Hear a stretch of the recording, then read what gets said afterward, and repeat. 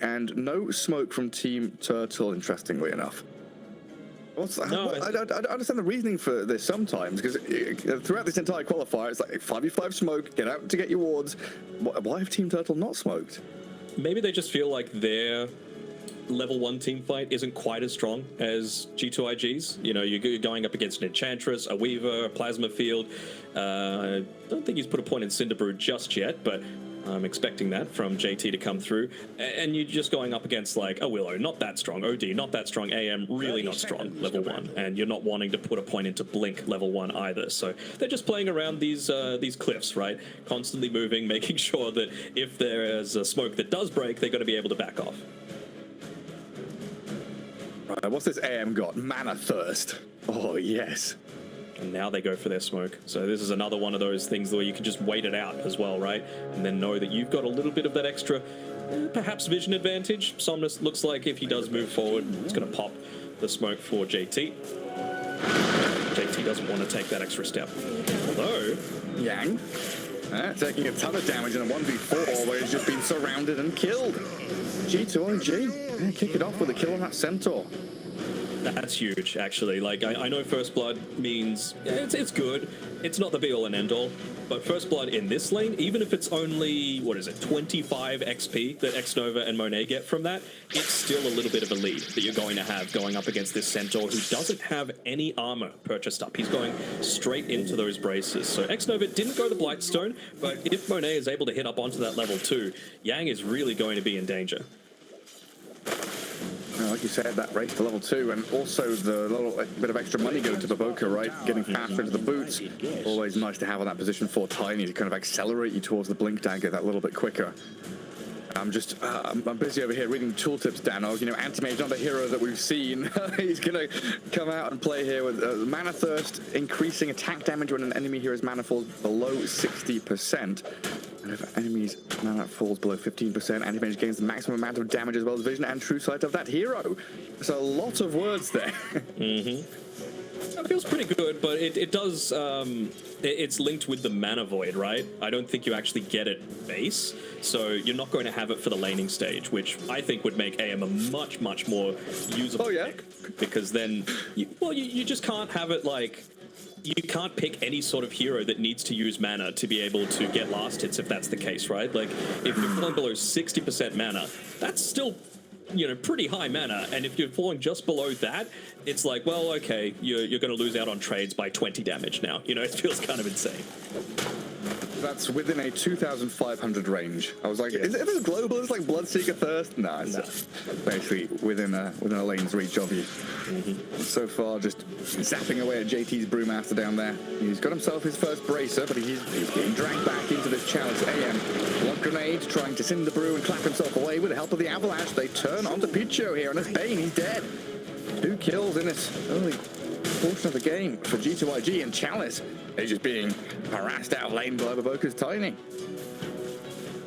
I love people that, like, obviously the First Blood has enabled him to do this, but this Null Talisman is going to give Baboka so much value, right? Like, just constantly having that mana regeneration, especially against an anti-mage lane, just for a lot of stats. Of course, you're going to be eventually building into stuff like that Blink Dagger to be able to, just frequently have that Avatos combo, not have to spend a little bit more money on stuff like Clarities and that sort of stuff. And eventually, of course, it's going to scale as well beyond that 25-minute mark, so it feels quite nice.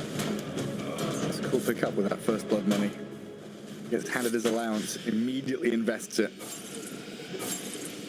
He's still trying to chip away at this Brewmaster. JT blinked on here, completely out of mana now, but he's pretty speedy, waddling himself back to the Lotus Pool. And Avalanche gonna do a lot of damage to Chalice here with that tree grab as well. Yeah, this double melee lane actually proving to be quite powerful, with that First Blood, now with the aggression coming out. Picho's got his work cut out for him on this Bane. It's a great equalizer, isn't it? The First Blood to be able to fix that up. I think they know that without Baboka having too much mana, they're not really in the best position to be able to go for these frequent trades. And I saw him, get a few hits onto Picho before. Doesn't feel that great, right? He's got 2 points in the brain sap. All of those right clicks are just going to be nullified by a single one of those. So yeah, I want to see even more emphasis be put onto Chalice, who looks like he's feeling like he needs to brawl pretty soon as well. He's got an Orb of Venom queued up just to be able to go for these consistent chases. And I think it was... Oh, hold on, Monet. Upside should be able to get away. I think it was Team Turtle that we saw do this previously as well. The Bane Willow combination with the Sleepwalk to basically guarantee that you're going to move from one Bramble into another. Yeah, it's pretty cool. I saw the Observer there looking at the crash landing and the level 2 avalanche. No point in toss yet for the Tiny. I'll get there later on, obviously, as Planet steps up to try and kill off the Harpy, but X-Nova is going to be able to micro that back behind tower. The Wave dragged under the tier 1 as well, so safe farm here for Monet. Haven't really been talking about mid too much, but nothing to say he's doing a really good job again. He does have 2-point static link, basically forcing the Astral Imprisonment to be used a little bit more, I guess, for defensive purposes. Yeah, you see, like, you want to have that Astral to be able to use to enable yourself to get denies and last hits, more importantly, onto those range creeps, right? But if you do that, then it means nothing to say can just walk on forward, get a big static link onto you, and then provide a bit more harass going back the other way. Well, a TP back all the way to Fountain there from Yang. Planet looking to body block up that small camp. Sentry down from X-Nova as well, so he's going to be a little confused about that whole situation. Down at bottom, Chalice. He's going into his treads. All the Venom's still queued up, but he's not buying it up just yet. We'll see if he can... Sorry, I'm just having a look at... we know Brewmasters like going the Radiance. Do you think Rapier is the first quickfire that JT really wants to go this game? I think that was a little misclick.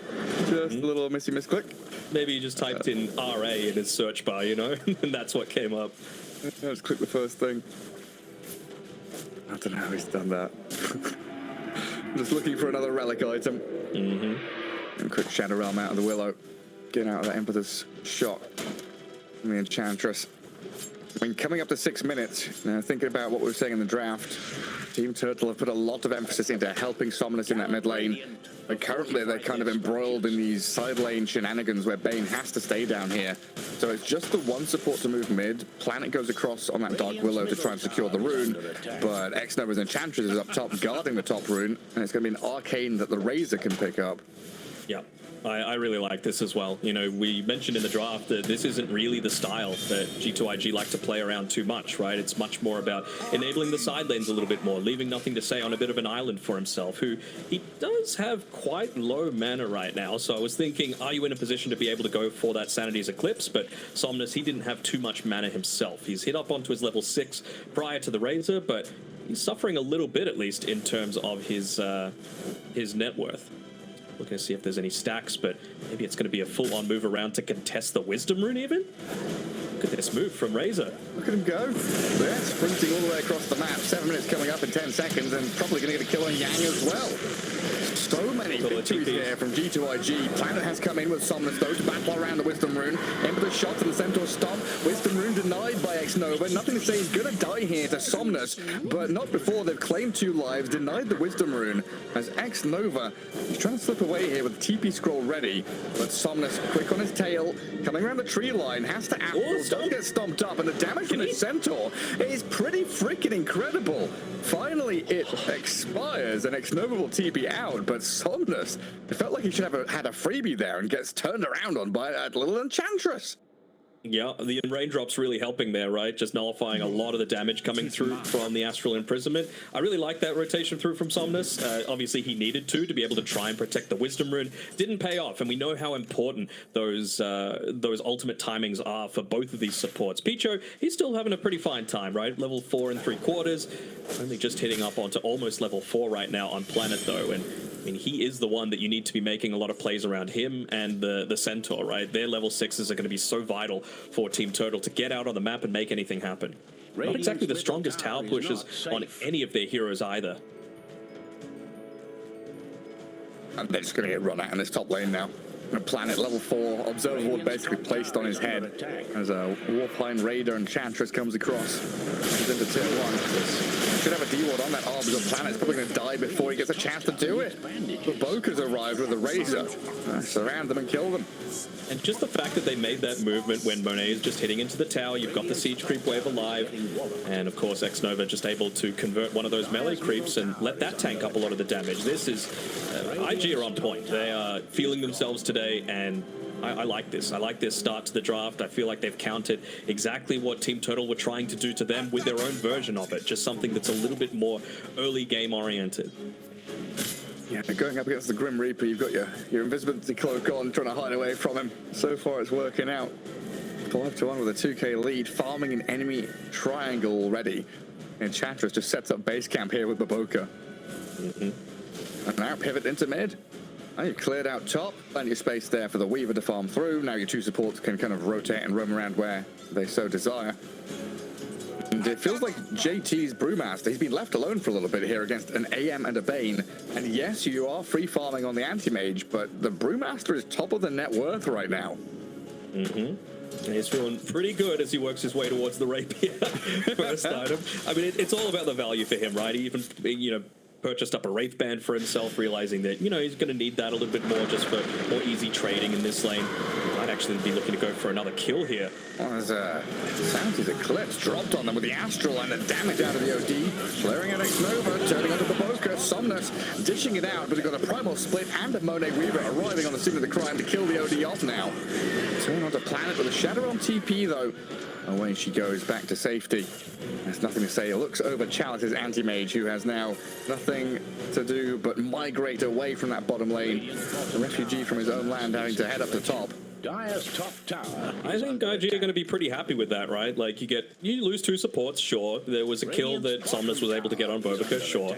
But Monet gets the kill, they get involved, and all the while there was a creep wave underneath that bottom tower that was just dying and taking the tower itself. So it's another little bit of map objective that they've been able to open up for themselves. It means that this slower paced, greedier draft that Team Turtle have gone for is going to be a little bit more susceptible to being punished. At least they were able to clear out that siege creep in the mid lane, so they're not going to immediately be able to make any sorts of moves around there. But when you're getting into the point where Tiny's almost level 6, he's going to have a little bit more of that that damage amp buff coming from the toss, and of course with the crash landing, as they're looking to just find on more, and they're going to find Yang. He's a tanky boy, but yeah, when you've got 3 heroes on you, 2 of them cause, all your HP just disappears. It's a long time for this Anti-Mage to be ready to fight. This is, like you're saying, very much a greedy, mid to late game draft from Team Turtle. Lanes were meant to go much better than this for them, right? To kind of get themselves into a good spot once you get into 20 minutes. I'd say bot lane in particular, right? That's the one that they were really looking to get a few more kills out there. Sure, you died once on Bobica down there, I believe, and that's going to hurt a little bit, but he's still got the first blood. He's still scaling very nicely. They're leaving space for him to even start progressing into his own Blink Dagger.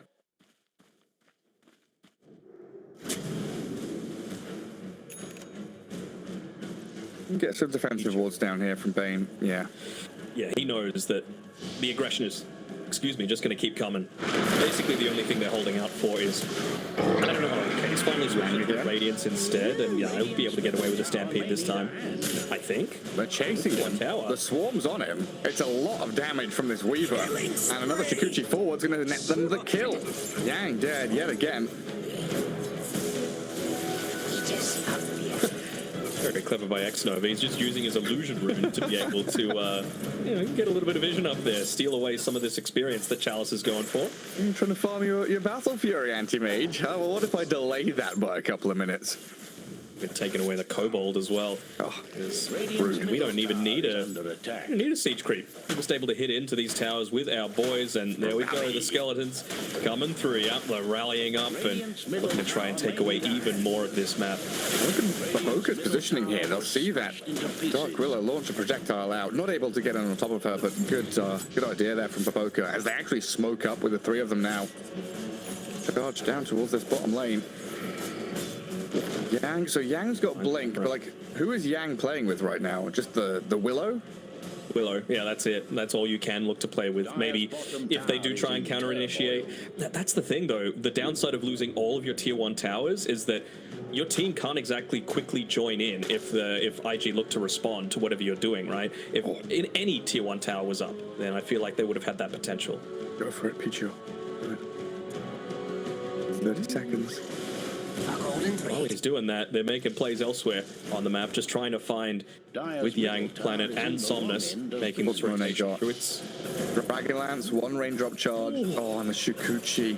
Did he feel that coming? He's going to go right in on top of Chalice. Hello, Anti-Mage, what are you doing here? But he's got just enough mana to Shikuchi away, but they do get on top of him.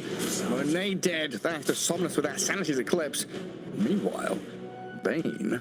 Yoink. The Purple Panther sneaking and slinking around. TP back and get his own? Or maybe he's just going to leave that for Chalice as well. You never know. By the way, has pretty much got his Battle Fury finished, so not the fastest, but certainly not slow by any means. It's honestly kind of incredible the way this game has been going and like feeling the pace of it from G2IG. Incredible that Team Turtle haven't bled out more. Like the way that they lost First Blood, Yang's died a couple of times, Tier 1 towers have all dropped. It's only a 2k lead when it feels like it should be 5. I think that's kind of by design though, right? Like IG, sure, they could have taken another fight. They've had split up for a little bit. But right now, X-Nova is basically just walking around like this roaming observer ward, giving a little bit of extra space for the rest of his cores to farm, right? Like we saw Monet farming in a fairly aggressive spot previously there. But JT, it's still going to be, well, he's pretty much got his Radiance actually. So I feel like it could be very shortly that they're about to start to make things happen. Maybe just wait for Nothing to Say to finish his BKB because he's almost got his level 12 as well.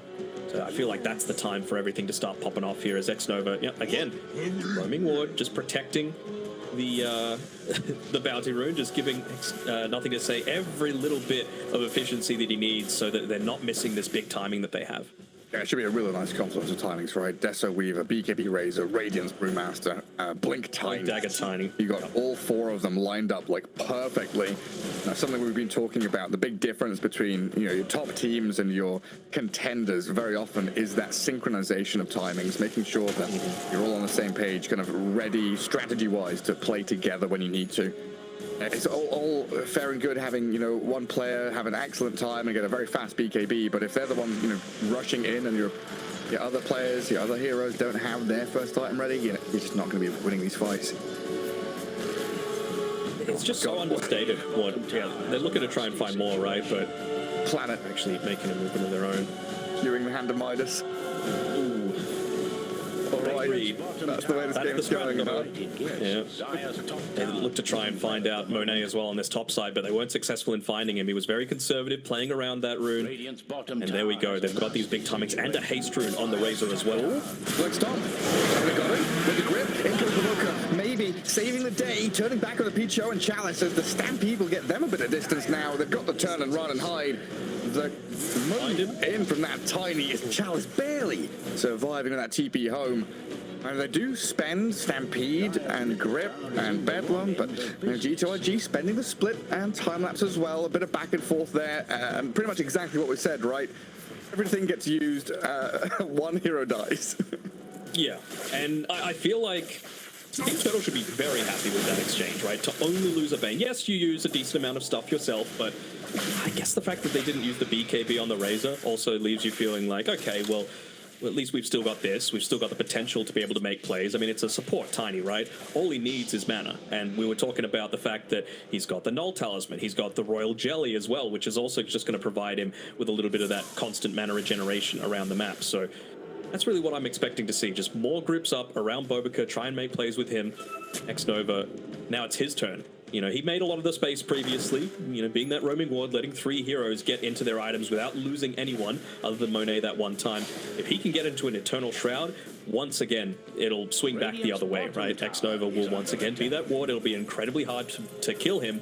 And then where are Team Turtle supposed to farm? What a world we live in where a position 5 Enchantress is rushing an Eternal Shroud. Provoker is going to catch the Bane here as Picho stepped up in this northern jungle. Just under 2,000 net worth for the Bane. Half of the Enchantress' net worth really down in the dumps. Feeling quite sad for himself, but that's the life of a Bane here when you have OD Anti-Mage as your 2 cores. Nowhere really to play other than forward behind enemy lines to give that information. I'm also just wondering as well, like, when are G2IG going to flick the switch and say, okay, well, actually, we want to try and take away Roshan. You know, they don't have a tier 1 tower top to be able to bring reinforcements. We've still got the positional advantage of it being topside for the next minute and a half.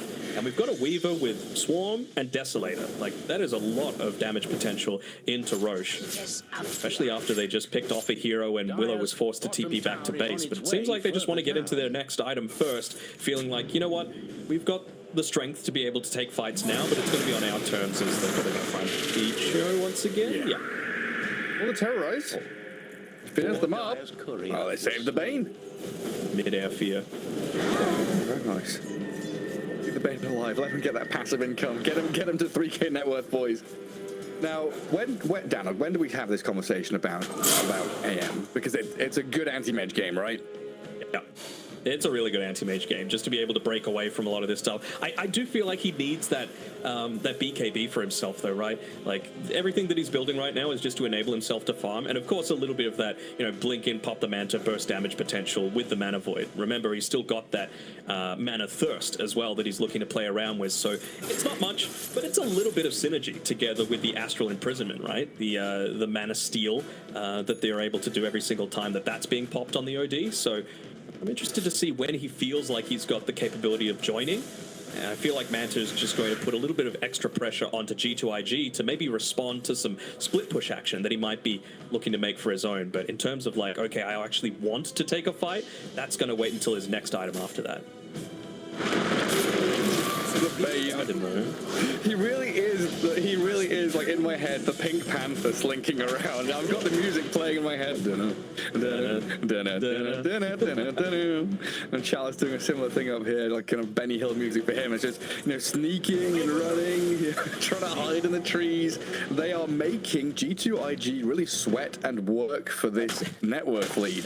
Again, it's like a 5K lead. You're feeling good as G2IG. You're hitting your item timings, and you said it right. When are they going to flick that switch and go get Roshan, go get tier 2s? And it's kind of hard when you're being wave cut, split pushed. You look at this map, right, and you see Dire tier 1s are all alive. Radiant tier 1s all dead. Surely this map control and flow of the game should be G2IG all the way. It's just anti-mage things. Like, I think Bane's last couple of deaths in behind enemy lines have also set up nicely for it.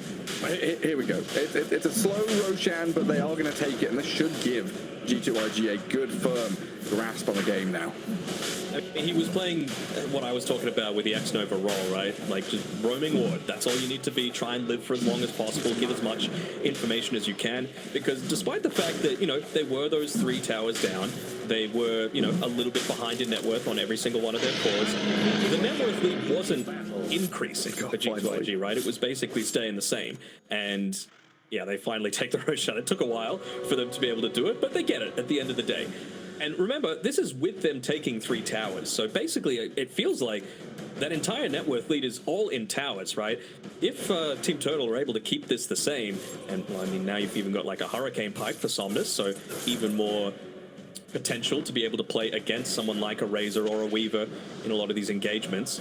Maybe now you can look to turn it around. I mean, I'm sure they probably don't want to try and fight into this Aegis. It's probably going to be another 4.5 minutes of, again, sorry, Picho, you're going to die again. You need to go out aggressively. You need to make sure that you're making space for the rest of the boys. The hunt for the anti-mage.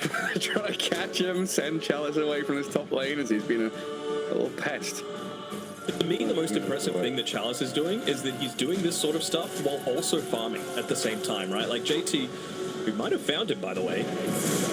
What's the order of operations here? Avalanche toss. They got the damage with the Centaur stomp, the follow through. Oh, just perfectly done there.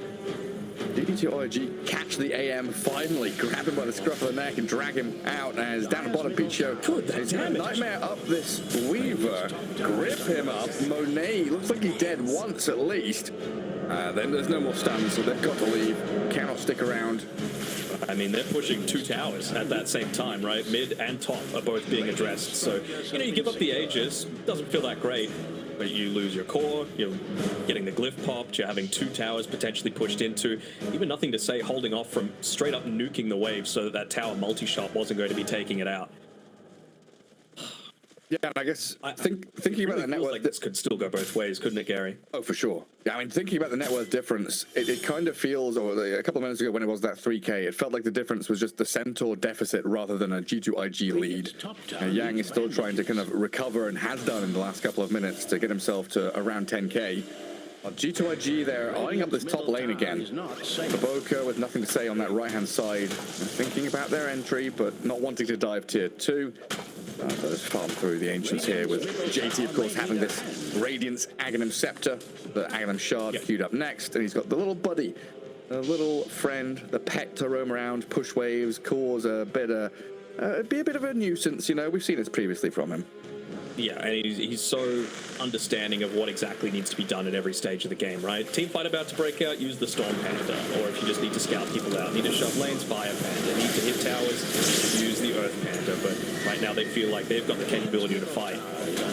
Nothing to say, it has to BKB just to try and dodge a bit of that damage coming out of the OD.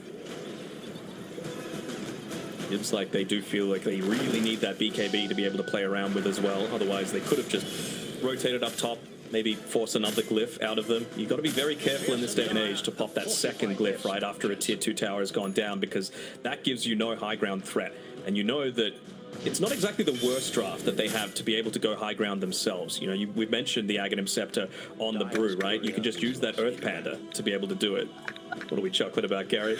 It's just this freaking Storm Panda, man. Like, AM's hitting a wave and JT cyclones him, so denies a creep, can't do it. And Tormentor, man.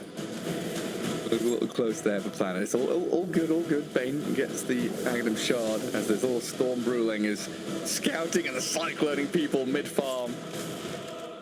It's also like kind of it slows them down, but it's kind of scary as well. Like, does someone here say, hey guys, I'm being gone on? You know, you don't know where the enemies are. Feasibly, if JT cyclones you, there's a, I don't know, 50-50 chance you're being run at.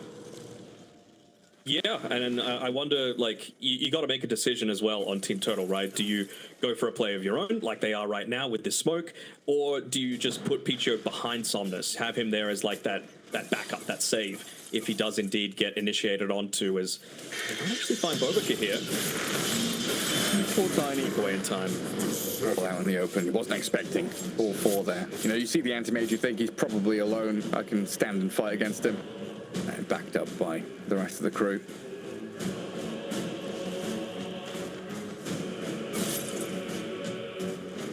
Well, Chalice, 500 away from the Aghanim Scepter now. But yeah, the longer this game drags out, it feels the better the chances for Team Turtle are with these two very heavy scaling cores, with the OD and the anti-mage being, you know, supreme late game heroes in this kind of match. Plan is going to TP away from JT and X-Nova down bottom. Nothing really there to stop it from happening. It's actually kind of nuts how much burst damage Bobica has now that he's finished up this phylactery as well, by the way. And he's going into the Kanda. This is a position 4 Tiny, by the way. So considering he's level 12, he's got the 250 toss bonus damage. He's also got the bonus landing damage from the crash landing, and he's got the 150 damage from the phylactery whenever he's using it. And then he's going to be hitting with the tree grab and having avalanche and throwing the tree all at the same time. So you have the potential to burst people for at least like 1200 damage in a lot of these fights. Look at the support's health. 1200's about all they got. I think that it's nice, though, about getting that Aghanim Shard for Picho. Means that when this Primal Split is being dropped in the fights, you have obviously a lot more targets to be able to get that Brain Sap off onto. So give you a little bit of extra safety net for yourself. Maybe you survive an extra couple seconds, can get an Enfeeble out. Honestly, Enfeeble on the Razor wouldn't be the worst, right? Both, if you're able to wait out the BKB timing, then you have much less length on the static link. You've got much less damage that you're able to deal pretty regularly. Feels quite nice. That could be super handy. I'm just very impressed with Planet scaling here. You know, hand of Midas into the Philosopher's Stone.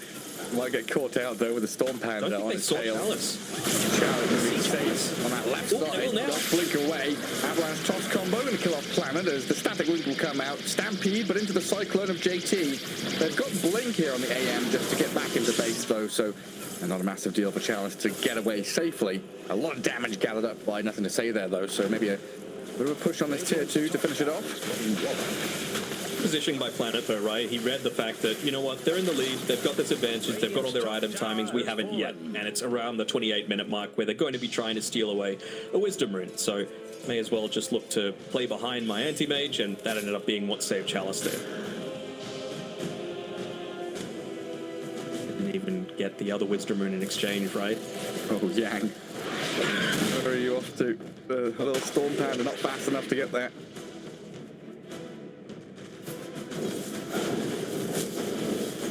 Trying to think when it's go time for Team Turtle, right? Like, well, what are they actually looking to wait for? Minute 40.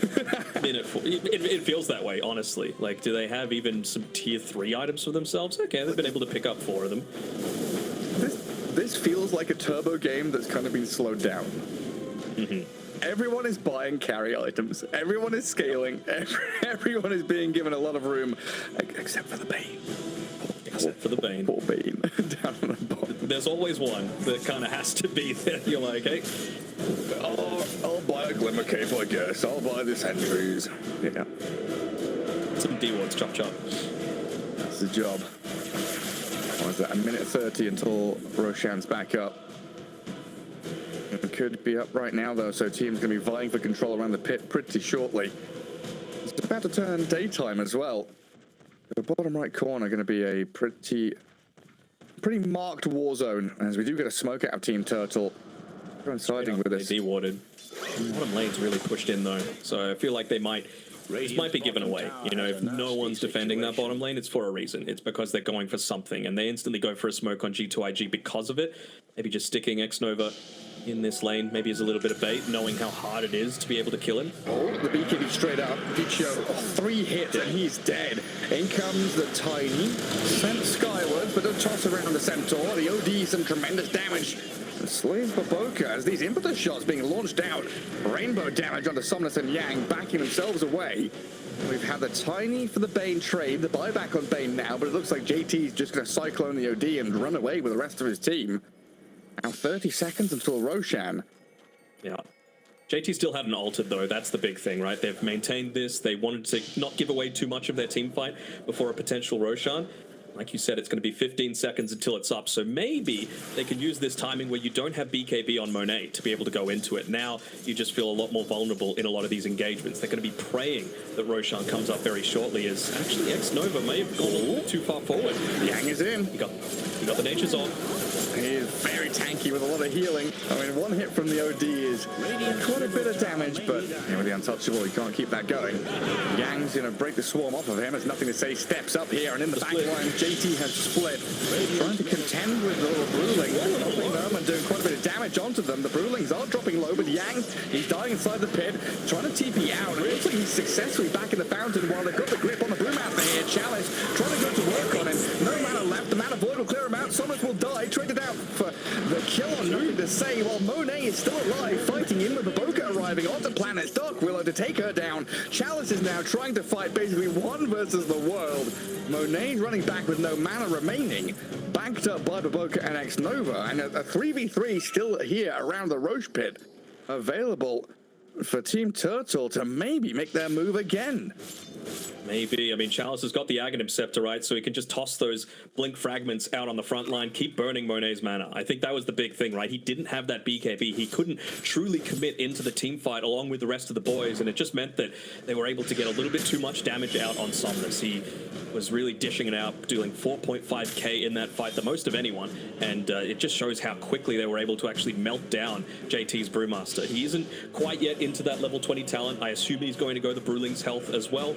And of course, he's eventually working into that AC for himself as well, just to be able to survive a little bit longer against the anti-mage, because he was just getting cleaved down with all those Brewlings. And once again, Picho, the king of support positioning, is just able to get that Fiend's Grip off to enable them to get that kill.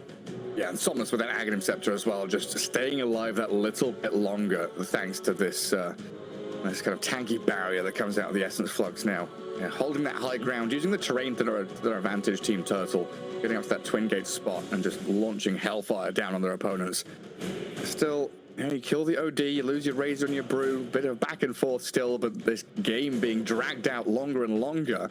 Team fights proving to be quite challenging for both sides, like we predicted in the draft, where, you know, look at this, win probability dead even pretty much in the middle there. 32 minutes into this game. I just don't know what it comes down to. You know, we're going to get into a situation where AM is still continually split pushing. Roshan is still on the menu. Everyone has now respawned, but G2IG are the first ones to make the move back into the pit. Yeah, I mean, clearly feeling like they've got the damage to be able to take it out. But the one that I think might be the difference maker in these engagements is Boboka. Like, he is getting real scary for mine. He's level 15, he's got the Kanda and the Nemesis Curse as well, so having an extra 8% damage coming from that. And it's 75% of his attack damage that Kanda is being buffed up by. And this is a tiny, when he's holding onto the tree, he's got what? Quick maths, 370 damage? That's a lot of damage that you're able to deal out in a burst fashion. And he's only just going to continue growing as well. Imagine once he hits into that, you know, level 20, even just level 18 for the extra point in the grow. Damage. He's becoming massive. But so's Planet. You know, the 2 position 4s got 11,000 net worth on a Dark Willow, who is currently being hunted by the Bruling. Equally, JT being eyed up by an anti-mage with a double damage rune, blink fragments, and a couple of illusions sent his way. Yeah. A little challenging, but someone's going to need to address with this bottom lane pushing in as well. It's going to be Somnus for now, who's working on his own BKB, so actually buys it up all at once. So not going to be a surprise reveal coming through here, but certainly one that might be required when you consider, you know, the risks of defending the high ground against a Tiny who could just blink in onto the back lines, get that toss back into the rest of the team. So annoying, isn't it? Just freaking die. Did you not get any money from those, or did he resummon one? Not sure. Didn't see. He was busy just keeping his eye on the lane, but he's also got his level 20 and he's got his AC now. So I feel like JT is going to be feeling a lot more confident in being able to go out onto the map, as Chalice is actually going for a little bit of a hunt. He blinked aggressively himself. Oh, they don't have any lockdown for themselves though. He's just so tanky. Close to 3,000, or pretty much 3,000 HP with strength treads, can swap and neutralize items around here. I don't know. I feel like if Tiny was there, Chalice just dies. It's just that they literally have nothing on the Razor, Enchantress, and Weaver to be able to lock him down. Not even a Glitmere.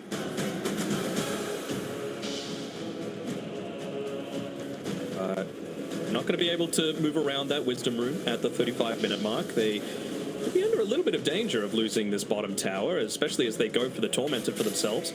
Just trying to increase your net worth a little bit. Very nice item for Chalice to be able to pick up, just become even tankier in the middle of these team fights. Lasting a game a couple of weeks ago with, I believe, Faith Beyond, and he got up to 10k HP on Centaur at like 40 minutes. Yeah, you can get pretty monstrous on that hero. Still trying to defend the tier 3 against the familiar, the summons, the Brulings, all coming in onto this tier 3 to bring it down. The glyph. It's a late glyph. A late one, a mistake there potentially. Look at all the rally. Plus 18 extra damage for JT's Bruling. Blink stop, Yang is in, and Enchantress and Weaver caught up by it. The damage trying to come through from the OD, but not enough. They'll clear out all the summons and the skeletons, but they've lost their lane of barracks now. Astral Imprisonment used up. Monet's going to get out of there with a Shikuchi. The Boka might be left stranded as they do BKB up on the OD. Blink in with Yang again. The backlines. Chalice, he's aiming for nothing to say. Monet, the time lapse, back away. BKB'd up now as they cyclone the anti-mage, but Chalice, he's on the chase. Charging in with a bash, catching out the Razor. Monet's going to come out of the Shikuchi in a second. Another cyclone here. Buying time for G2IG to try and disengage. A bit of a static link out, I'm going to say, but the damage is too much from this OD and AM to kill him off. You've got a lane of barracks. You lose your Razor and your Tiny, but you do get Monet's Weaver out of there. And importantly, it's the real carry of this game in Somnus. I know it sounds weird to say when you've got an anti-mage that you're playing around, a level 24 anti-mage, by the way, but look at just the damage numbers. They don't lie. Kneeling dealing 7,000 damage on Somnus's OD. Picks himself up both of those kills as well, so he's going to have a Parasma now. Even more damage to be able to potentially lay out. What I want to see from him after that is just go straight into the Scythe of Ice. They need a little bit more control. 22.2k damage out of this OD. Yeah, pretty monstrous stuff from Somnus. But you just see how easy it is for them to like siege high ground, right? You've got the AC, you've got potentially these rally skeletons, you've got the Earth Panda, not just the one from the Aghanims, but from the Primal Split as well. That's all JT was worried about, is just keep that hero hitting into the tower, because it's also got that permanent debuff immunity, right? So you can't actually look to stun it all that effectively. Yeah, I wouldn't even call it a siege, honestly. It's just a blitz, you know? You just run up, you kill the buildings, you're in and out. There's nothing to stop it. And anyone that does try and respond is going to be targeted by Bobika as well. Oh man, ooh, they're not going to miss this DD rune, are they? They walk right past look at the difference. But Boka's leading out. ATX Nova right behind them. Chalice. Oh, Yang. Central's the one to get caught. Tough stuff. He's got the stampede a bit of distance now as they turn back with Yang and Chalice to try and kill off the Boka. The damage is coming and the Tiny will die as Yang survives, at least for now. X-Nova going to turn here. Able to tank through the AM's damage while Monet clears out the center at long last. Team Turtle, though, is gone. They've got their OD all cycloned up here. Can they save Somnus? Pebbles being thrown at him. He's being dragged back by the Void Spirit, but it looks like G2IG are the ones who are actually afraid of this.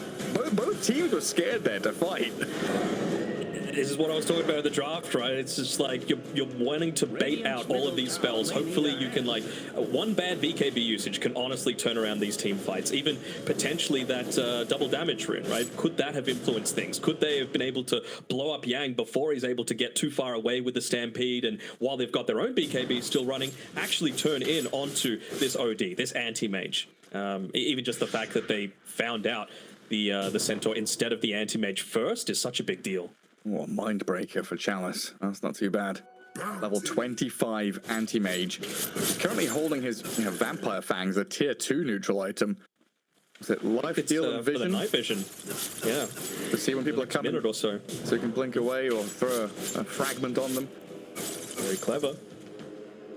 Now he swaps it out. The Satanic is queued up next. I mean, he is top of the net worth, 27k. Like we were saying, a pretty nice anti-mage game as he is 1-1-7.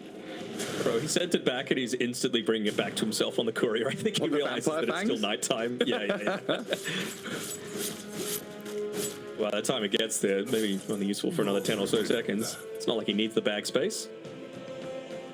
He had a pretty good tier. He had Elven Tunic as his tier 3 item, because we noticed that when he was swapping it out. Opting just to keep the Vampire Fangs over them for the majority of the night time. Dire's bottom tower. Yang now going for his Eternal Shroud. A blink up for the OD. Just layer on layer of itemization here from both teams, as we see a Scythe of Vice finished up by the Brewmaster and being delivered to JT. Team fight winning items coming out. Refresher all being worked on by Nothing to Say. Monet. And it's going for Octarine as well. I think he had a Scythe of Vice queued up for quite a long time, but I don't mind the Octarine either. You know, just to much more frequently cause a lot of issues with these Bramble Mazes in team fights. Have Bedlam up every, well, it won't be 30 seconds, it'll be like, what, 25, 22, something like that? I just do feel like both teams probably lack just a little bit of that control. If you can just get a tiny bit extra, would be the difference maker, especially now that these BKBs are starting to wear a little bit low. Yeah, we're going back. Omnis is still at 8 seconds is pretty huge, Gary. Oh yeah, yeah, he can cause a lot of problems. Smoked up here. They're going in. Playing right into Chalice, who starts things off on X-Nova. A blink stomp from Yang will set up a kill on the Enchantress, who's now dead for 60 seconds. Dire's bottom tower lies in ruins. Chalice playing the entire game basically like alone. Dire's bottom tower. Had the boys straight after him to be able to back up, even using Stampede, I feel like, for the first time offensively this entire game as well. So, to me, the meter has swung a little bit more in Team Turtle's favor now. It's minute 40, Danog. What did I tell you? True. JT has to be a little careful here, but too many boys have backed off. Chalice has gone back to be able to deal with this 40-minute creep wave with the double siege. Wants to make sure that he's clearing it up very quickly, though, if he does want to join the rest of his team down on the bottom side of the map, because Roshan's coming up in a minute 20. It will spawn on the bottom side, and both teams know it. So this is where things like JT with his Earth Panda, he would rather it be the Fire Panda just to be able to push it out. But if no one addresses this, he will siege the high ground. And that's the issue that they have, right? You probably don't want to pop a glyph for it, but you're going to be forced to. Yeah, and there's no commitment. A little Earth Panda getting out there. Getting the job done. Go on, my son. Nova just wants to convert any creep and just send it into the Roche pit. They just need a little bit of information. Here we go. Blink Storm, 2-3, call out. Enchantress about to die. Baboka's tiny, nearly dead as well. Somnus pops the BKB, but a grip on the razor. That's the big one. Left hand side of the fight, they're gonna blow up. Nothing to say. A double kill for Somnus, turning on these Brewlings. Monet has to run. Baboka's bailing out of there. And JT, is that the last one left? He'll pop out of it now, but dead nonetheless. A triple kill for Somnus. Massive for Team Turtle. They got Baboka. What's he doing? He's trying to pretend to be the ice cap on top of Mount Everest, but he's been melted and thawed by Somnus for the ultra kill. Ultra kill indeed, and once again, tips being given to the man himself, the one that is making all of this happen. Brings himself up to level 25 as well. So you were worried about his damage previously. Now he's even got more of that mana pool to damage from the Arcane Orb.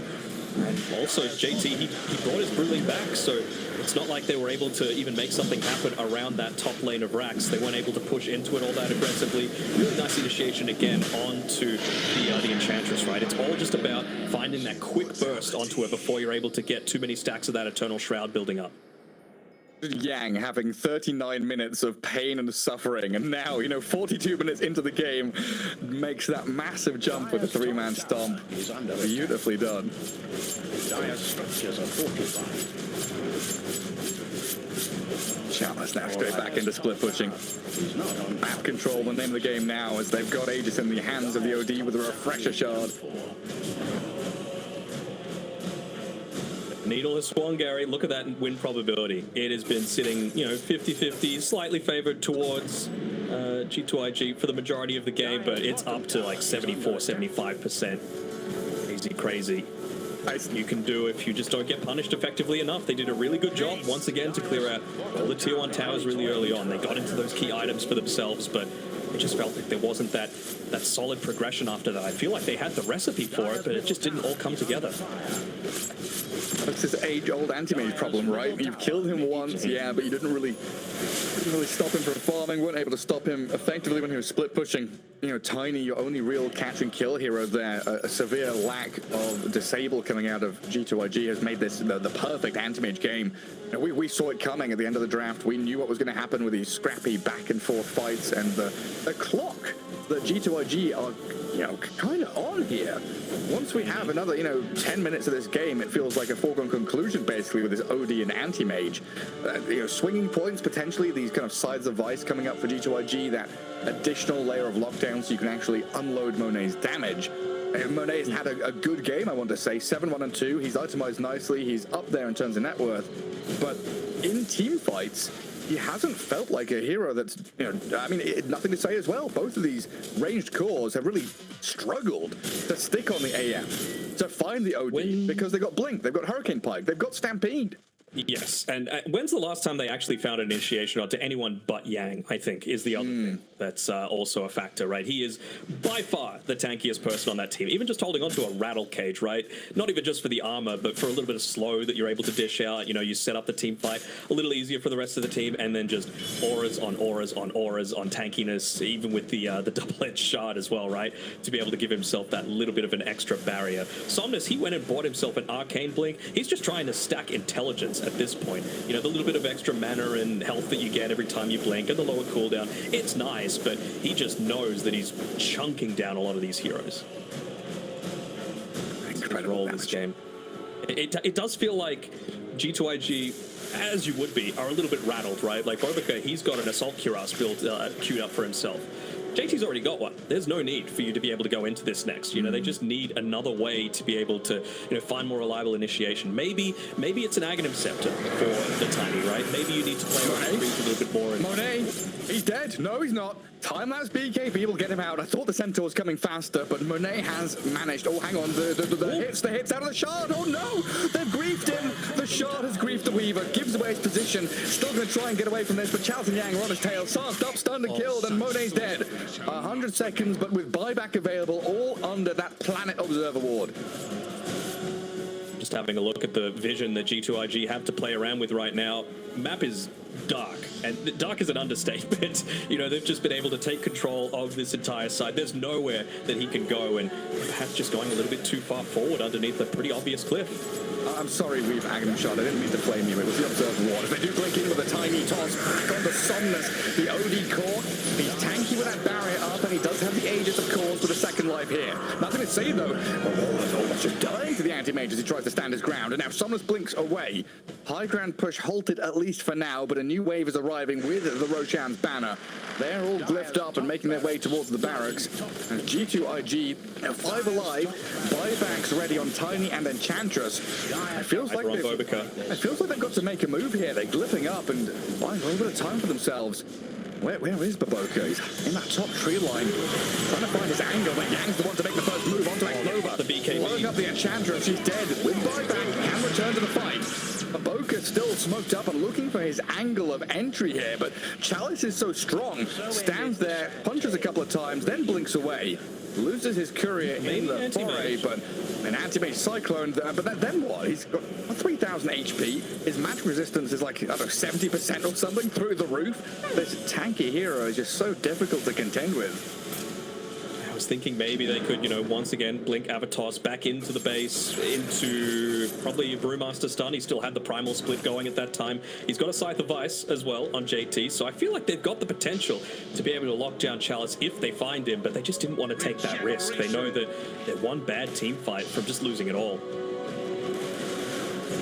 Bounty runes for them to be able to claim. They haven't been playing on their side of the map. That's always an indication of like the status of the game, right? Like, where are the bounty runes? You know, if the aggressive team just has about 50 on their side of the map, it just means that the lane has been pushed so aggressively constantly that you're always able to control the equilibrium. You're able to control a lot of this map control as well, as they finally look to put down a few of these observer wards at least, so they can now leave their base on G2IG. It's that Roshan that they're going to be fighting for, but again, I just feel like they've delayed a few of these big timings for themselves. You know, not getting into Scythe of Vice a little bit earlier. Brewmaster only now just about to finish up a BKB for himself. It was like it perhaps could have come a little bit while ago.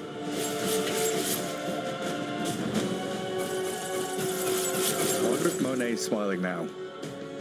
Because he had a good old chuckle when that anti-mage was picked, you know? We could kind of feel the vibe of, oh, they picked anti-mage, we're going to outpace them. This AM's not going to do much. And Chalice, 2-1-11. Not many kills, but his impact has been tremendous. Okay, 6 slots now. What does he do next? Buy a shard? He's going to swap MKB in for his moon shard, I guess? So, and they're just protecting themselves from getting gone on here. Be forced back from JT. He wanted to be just still pushing in on that top lane, just to try and force any sort of defensive movement to be able to come out, and very nicely done. Just that power of the Enfeeble, it's got such a long cast range, especially when you've got the Aether Lens to play around with. He pops the Lincolns on Nothing to Say, so they can't even consider joining these team fights. Classic spot for Radiant to play from as well. Pivot from mid to bot, push 2 lanes at the same time, and of course, ideal that they have already taken top lane barracks. Yes, the Dire Wave is near the Radiant base, but that's naturally going to push all the way back out again.